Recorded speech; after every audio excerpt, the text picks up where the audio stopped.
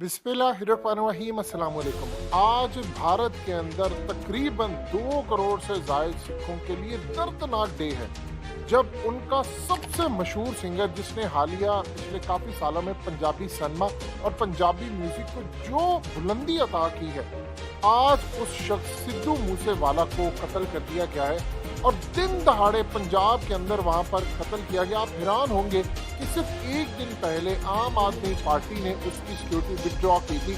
आप जानते हैं ऑपरेशन ब्लू स्टार की एनिवर्सरी आ रही है, तो उन्होंने उसकी सिक्योरिटी विदड्रॉ की और जैसे सिक्योरिटी विदड्रॉ की वो प्राइवेट अपनी कार में जा रहा था गार्ड के साथ और उसको मार दिया गया। अब ये असल में इतना खतरनाक पैगाम है कि किसी सूरत सिख नहीं भूलेंगे। पहली मर्तबा उनको रियलाइज होने अब जा रहा है कि कायदे आज़म बिल्कुल ठीक है और हमने बदतरीन गलती की इनके साथ।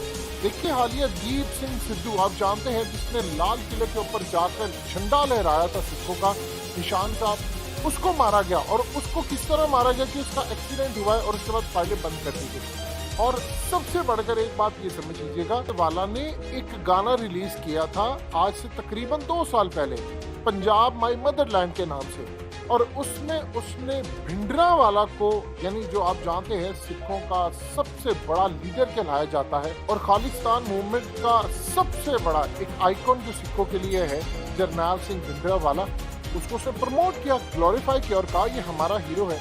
अब असल में इस खेल के पीछे जो सारा मामला उसको समझते हुआ यूं है कि रॉ ने बड़े कमाल तरीके से शख्स को मारा है और मार कर जो उसने खेल किया, असल में ये अनकरीब पाकिस्तान आने वाला था। हालिया इसने कांग्रेस ज्वाइन की और इसने आम आदमी पार्टी के खिलाफ इलेक्शन लड़ा। अब जाते हैं पंजाब के अंदर आम आदमी पार्टी ने स्वीप किया और वो पूरी की पूरी सरकार बना गए, लेकिन आम आदमी पार्टी के विजय सिंगला ने 1,23,000 वोट लिए, जबकि सिद्धू मूसेवाला ने 36,700 वोट लिए। देखिए इनका इलेक्शन था, वो हार गए। पंजाब के अंदर जो वेव चल रही थी वो जाहिर सी बात है आम आदमी पार्टी की थी, क्योंकि अरविंद केजरीवाल ने डिलीवर किया था किस तरह से दिल्ली के अंदर। प्रॉब्लम ये है कि इनकी सिक्योरिटी वापस स्टेट ने ली। जब स्टेट ने इनकी सिक्योरिटी वापस ली और अगले दिन मार दिया गया, और नाम किस पर लगाया जी?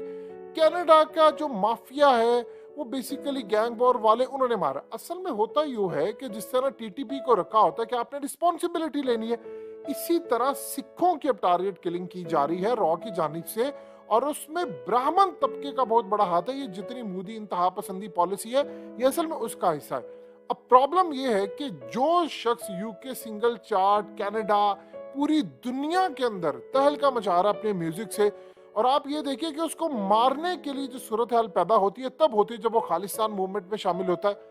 आप दीप सिंह सिद्धू को देख ले, देखिए जितने भी भारत के अंदर पंजाबी सिंगर्स हैं, एक्टर्स हैं, ये सारे के सारे कौन लोग हैं? आप इनकी एफिलिएशन देखेंगे तो सबके दिलों में एक चीज है, वो है खालिस्तान। उसकी रीजन क्या है? सबसे बड़ी रीजन ये है कि इन लोगों ने इतना जुल्म किया है। अब आप देख लें कि इस सिद्धू मूसेवाला को आपने मार दिया, दिन दहाड़े आपने मार दिया। वजह क्या बनी? सिर्फ ये वजह बनी क्योंकि उसका ताल्लुक खालिस्तान से था, और कनाडा जब वो मूव हुआ था तो उसने वहां पर बड़ी पजीराई हासिल की, और गालिबन मुस्तकबिल के अंदर ये सूरत हाल पैदा हो सकती थी कि वो प्लान ये कर रहा था कि किसी तरह कनाडा के अंदर मैं जाकर अपने म्यूजिक से, असरो रसूख से, वहां पर चूंकि टॉप चार्ट पे इसका नाम आता, तो खालिस्तान के हवाले से गाने बनाऊं। और वहां आप जानते हैं सिखों का कितना होल्ड है, एक बरतानिया के अंदर और एक कनाडा के अंदर। और कनाडा का तो हालिया पिछले कुछ अरसे में डिफेंस मिनिस्टर भी रहा था, जिसने खालिस्तान मूवमेंट को आगे लेकर गया। अब प्रॉब्लम जो यहाँ पर आ रही है, वो मोदी सरकार ने 2 काम किए हैं। एक तो उन्होंने मुसलमानों को छोड़ना नहीं है, जो वो कर रहे हैं। आप ये देख ले, यासीन मलिक को उन्होंने काम क्या किया? उम्र कैद की सजा दे दी। जिनको वो उम्र कैद की सजा दे सकते हैं उनको वो दे रहे हैं। प्रॉब्लम ये है सिखों के साथ वो ये काम नहीं कर सकते। आप ये देखें कि इस वक्त सिखों की तादाद मुसलमानों से कितनी कम है, लेकिन आपको मुसलमानों की कोई स्टेट नजर आती है? आप देख लें कि पंजाब के अंदर मेजोरिटी ले जाते हैं सिख, लेकिन मुसलमान जो वहां पर तादाद में भी ज्यादा है, 16-18% है, ये तादाद में भी कम है। लेकिन सिर्फ मसला ये है कि इनको यूज करके मुसलमानों को 1947 में दबाया गया था। अब उनकी जो खास तौर पर फौज है उसमें बड़े बड़े लेवल पर सिख है। अब तो ये सूरत हाल है कि उन्होंने सिखों को टारगेट करना शुरू किया है। Army chief, air chief, navy chief, वो सिख नहीं आएगा, और चुन चुन के टारगेट किलिंग की जा रही है ताकि सिखों को पैगाम दिया जा सके कि कोई भी एक्टर है या कोई भी डायरेक्टर है, प्रोड्यूसर है, जो खालिस्तान के ऊपर गाने बनाएगा, फिल्में बनाएगा, कुछ भी करेगा, हम उसको छोड़ेंगे नहीं। अब ये शख्स पाकिस्तान आने वाला था और पाकिस्तान के अंदर इसके कंसर्ट और ये तमाम चीजें पूरी तैयारी की जा रही थी अगले कुछ अरसे के अंदर। अब आप सोचिए कि जो शख्स खालिस्तान मूवमेंट को लेकर आगे चलता है या सूरत हाल होती है, उसको ये किसी सूरत नहीं छोड़ेंगे। ये तो उसको किसी सूरत नहीं छोड़ेंगे। इसके ऊपर केस कर दिए थे, AK-47 का केस कर दिया। और जब इसे पाकिस्तान विजिट करना था तो उसके बाद उन्होंने क्या काम करना था, उन्होंने ये बात कहनी थी कि ये वहां पर ISI से फलाने से ट्रेनिंग लेकर आए, सारी सूरत हाल इसने वहां पर की है। दूसरे नंबर पर आप ये देखें कि जिस शख्स ने जनरल बाजवा को गले लगाया, उसके ऊपर खालिस्तान मूवमेंट का नाम लगा, उसका नाम था सिद्धू और उसका ताल्लुक था कांग्रेस पार्टी से। उसको इन्होंने साइडलाइन किया, उसको गद्दार का, उसको कपिल शर्मा के शो से निकलवाया।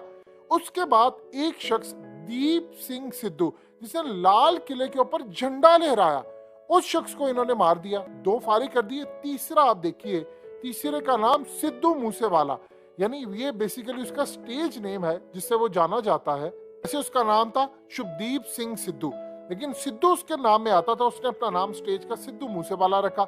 आप गौर करें कि तीनों सिद्धू को साइडलाइन कर दिया गया है। यानी आप ये देखें कि नवजोत सिंह सिद्धू जो क्रिकेटर है, पॉलिटिशियन है, उसको कुछ कह नहीं सकते ये उस लेवल पर, लेकिन उसको साइडलाइन कर दिया है। लेकिन आप जरा अंदाजा कीजिए, बाकी 2 जो सिद्धू थे, जिनको ये लगता था वो सिखों के लिए आवाज उठा रहे, उसको चुन चुन कर मारा गया है। पहले उसको कहा गया कि उसका एक्सीडेंट हुआ, दी सिंह सिद्धू, उसने लाल किले पर जाकर निशान साहब, लोग समझते खालिस्तान का झंडा नहीं, वो खालिस्तान का नहीं, निशान साहब यानी सिखों का झंडा था, वो उसने लगाया। ये भी बहुत बड़ी बात थी क्योंकि उनके यहाँ बड़ी पेशन गई है। दूसरा आप ये देखिए कि सिद्धू मूसेवाला, अब वहां पर सिखों को इतना गुस्सा इस बात का, वो इस बात को भूलने को तैयार नहीं। पाकिस्तान में इस शख्स के इतने फैंस थे और उसने सिखों के हवाले से जो लहर छोड़ी है, अब उसका अंदाजा नहीं लगा सकते कि सिख कब वापस से बाहर हो जाएंगे। अब उनको अंदाजा हो चला है कि हमारे खिलाफ हालात बहुत ज्यादा खराब है। जो नफरत सिखों के अंदर पहले समझ ले 10 या 15% थी, अब वो बढ़कर तकरीबन 100% तक पहुंच चुकी है। आप अंदाजा कर लें कि युवराज सिंह का बाप ओपनली कहता है कि हमने जिना की बात ना मानकर गलती की। अब सोचिए, उस शख्स ने कहा कि कायदे आजम के बारे में कहा कि जिना ने हमें ऑफर ये की थी कि पाकिस्तान वाला पंजाब भी ले लो और इंडिया वाला पंजाब लेकर तुम लोग एक अपना मुल्क बना लो, यानी एक पंजाबिस्तान या पंजाब बना लो, पूरा एक मुल्क हो जाए ये तुम्हारा, क्योंकि पंजाब का कल्चर सेम है, तुम सारे पंजाबी जुबान बोलते हो, तुम लोग चीज वैल्यूज एक्सचेंज करते हो, जो चीजें हैं, लेकिन सिर्फ मजहब डिफरेंट है, लेकिन रह सकते हो। अब तारा सिंह ने उस वक्त बात नहीं मानी और आप देख लें कि आज वो ओपनली कह रहे हैं 75 साल के बाद यही हाल वो करें। देखिए, मोदी ने असल में काम ये करना है कि मुसलमानों के खिलाफ वो काम कर रहा है, वो सिखों के खिलाफ काम कर रहा है, और सबसे बढ़कर उसका काम ये है कि वो नेटवर्क को तोड़े जो खालिस्तान के साथ है। हर जो सिंगर वहां पर उठता है वो उठकर गाने बना रहा है और वहां पर जो पजीराई मिलती है उनको, कनाडा, UK, ये वो, आप सोच भी नहीं सकते कि वहां पर सूरत हाल इस वक्त क्या हो रही है। ये इतना बड़ा डिजास्टर है और ये ऐसी तहरीक उठाएगा भारत के अंदर जिसका अंदाजा लगाना मुश्किल है। हालिया सिखों ने मनवा लिया किसान मूवमेंट के अंदर कि वो कितने ताकतवर हैं, लेकिन ये बहुत बड़ा